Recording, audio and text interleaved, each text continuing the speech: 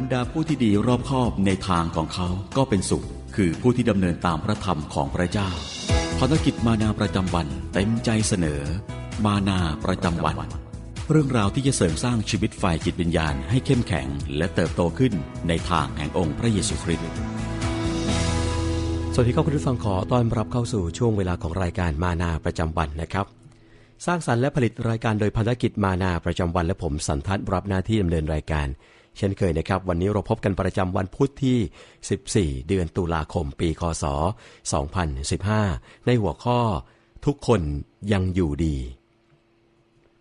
และพระวจนะของพระเจ้าที่ศึกษาร่วมกันในวันนี้นะครับก็ปรากฏอยู่ในพระธรรมฮีบรูบทที่11ข้อที่8ถึงข้อ16นะครับพระธรรมฮีบรูบทที่11ข้อที่8ถึงข้อ16ก็ได้ปรากฏเรื่องราวแล้วก็เนื้อหาทั้งหมดดังต่อไปนี้ว่า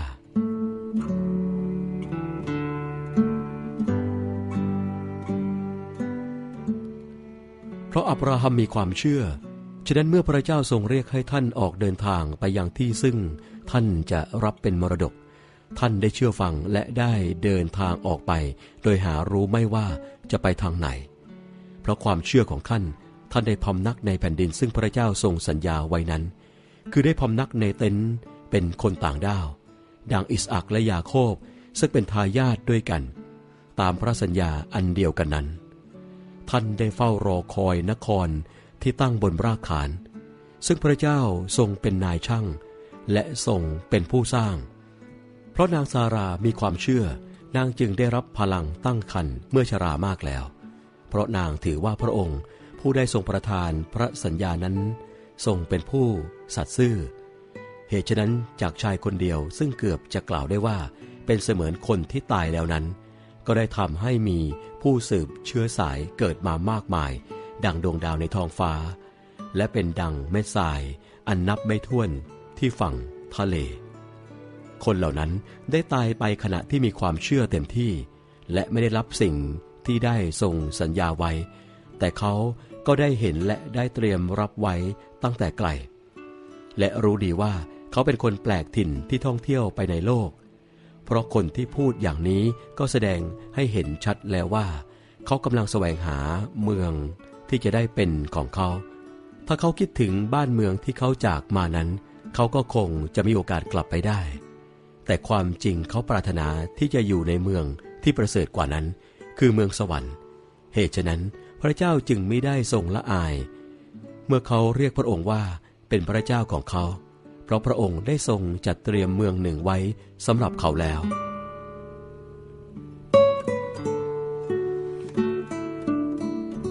และทั้งหมดนี้ก็คือเรื่องราวและก็เนื้อหาจากพระวจนะของพระเจ้านะครับซึ่งก็ปรากฏอยู่ในพระธรรมฮีบรูบทที่11ข้อที่8ถึงข้อที่16ศึกษาร่วมกันกับรายการมานาประจำวันสำหรับวันนี้หัวข้อ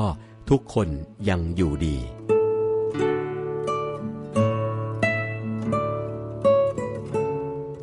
คุณผู้ฟังครับเดือนมกราคมปี1915เรือเอนดูแลนซ์ได้ชนเข้ากับน้ำแข็งแล้วก็ติดอยู่บริเวณนอกชายฝั่งแอนตาร์กติกานะครับกลุ่มนักสำรวจขั้วโลกที่นำโดยเออร์เนสต์ชาเกิลตันรอดชีวิตแล้วก็พายเรือชูชีพ3ลำไปถึงเกาะแห่งหนึ่งนะครับพวกเขาติดอยู่บนเกาะร้างห่างไกลเส้นทางเดินเรือแต่ยังเหลือความหวังข้อหนึ่งนั่นก็คือวันที่24เมษายนปี1916ชาย22คนมองดูชาเกิลตันกับเพื่อนร่วมชะตาอีก5คนลงเรือชูชีพลำน้อยมุ่งสู่เกาะจอร์เจียใต้ที่อยู่ห่างไป 1,200 กิโลเมตรนะครับโอกาสแทบจะไม่มีและถ้าไปไม่ถึงทุกคนก็ต้องตายแต่4เดือนต่อมาพวกเขาดีใจมากเมื่อมีเรือปรากฏขึ้นพร้อมกับชาเกิลตัน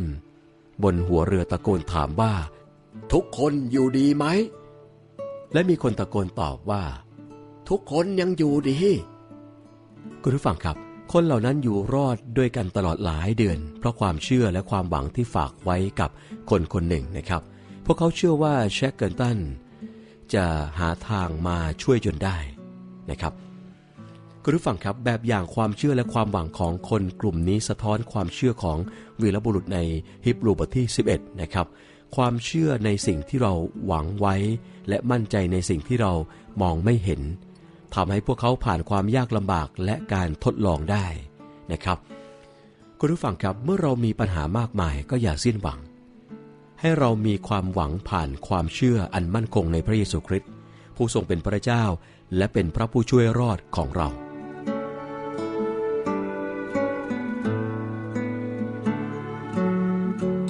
พระบิดาเจ้าขอบพระคุณพระองค์สำหรับพระสัญญาเรื่องการให้อภัยที่เกิดขึ้นได้เพราะองค์พระเยซูขอทรงให้พระสัญญานั้นช่วยแบ่งเบาภาระอันหนักหนา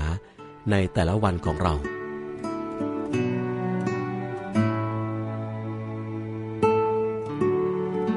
คุณผู้ฟังกำลังติดตามรับฟังรายการมานาประจำวันอยู่ในขณะนี้นะครับถ้าคุณผู้ฟังท่านใดมีข้อสงสัยหรือมีคำถามเพิ่มเติมนะครับก็สามารถติดต่อไปยังทีมงานของเราได้หรือสนใจสมัครเข้าร่วมเป็นสมาชิกกับภารกิจมานาประจำวันนะครับหรือต้องการอยากจะนำรายการที่รับฟังนะครับไปเปิดออกอากาศผ่านทางสถานีวิทยุคลื่นต่างๆนะครับหรือเปิดเป็นเสียงตามสายก็แจ้งความประสงค์ความต้องการกันเข้ามาและทั้งหมดนี้นะครับไม่มีค่าใช้จ่ายใดๆทั้งสิ้นติดต่อผ่านช่องทางดังนี้จดหมายหรือไปรษณียบัตรนะครับจานหน้าซองส่งถึง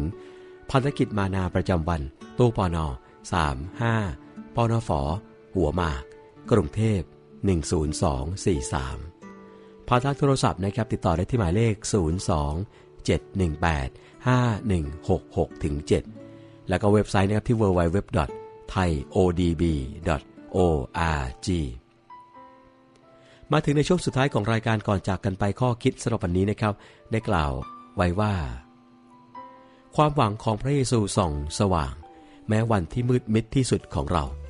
และทั้งหมดนี้ก็คือรายการมานาประจำวันนะครับสร้างสรรค์และผลิตรายการโดยพันธกิจมานาประจำวันและผมสันทัศน์พร้อมกับทีมงานล่ำลากันไปก่อนพบกันใหม่กับรายการได้ในโอกาสครั้งต่อไปสำหรับวันนี้ขอพระเจ้าทรงอวยพระพรสวัสดีครับอาจจะมีบางครั้งที่เราเจอวันร้ายๆในเวลาที่ใจต้องหมดสิ้นหวัง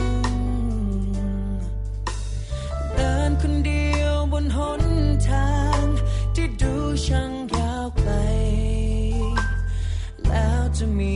ผู้ใดจะมาช่วยเรา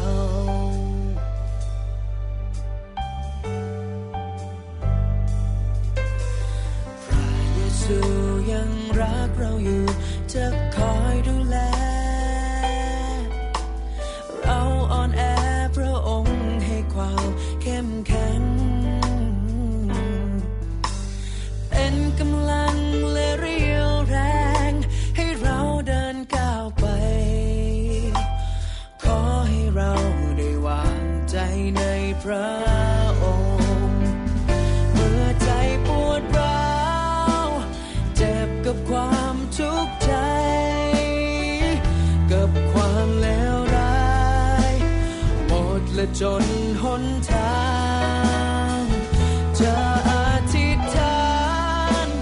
ให้พระองค์คอยดูแลทุกอย่างฝากความหวังที่พระองค์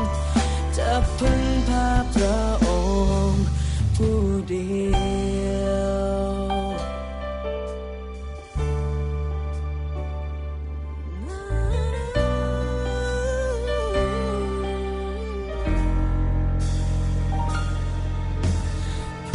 เยซูยังรักเราอยู่จะคอยดูแลเราอ่อนแอพระองค์ให้ความเข้มแข็งเป็นกำลังและเรี่ยวแรงให้เราเดินก้าวไป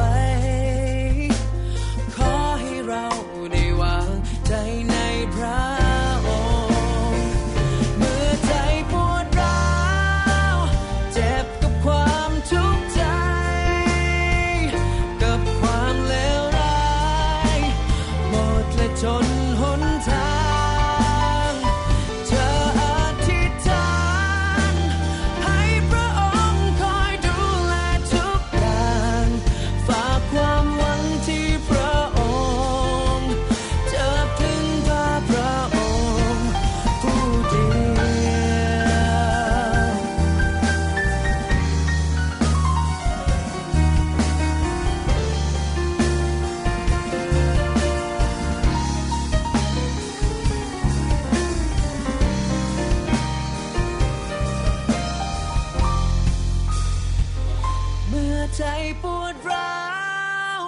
เจ็บกับความทุกข์ใจ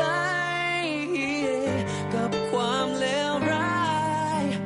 หมดและจนหนทาง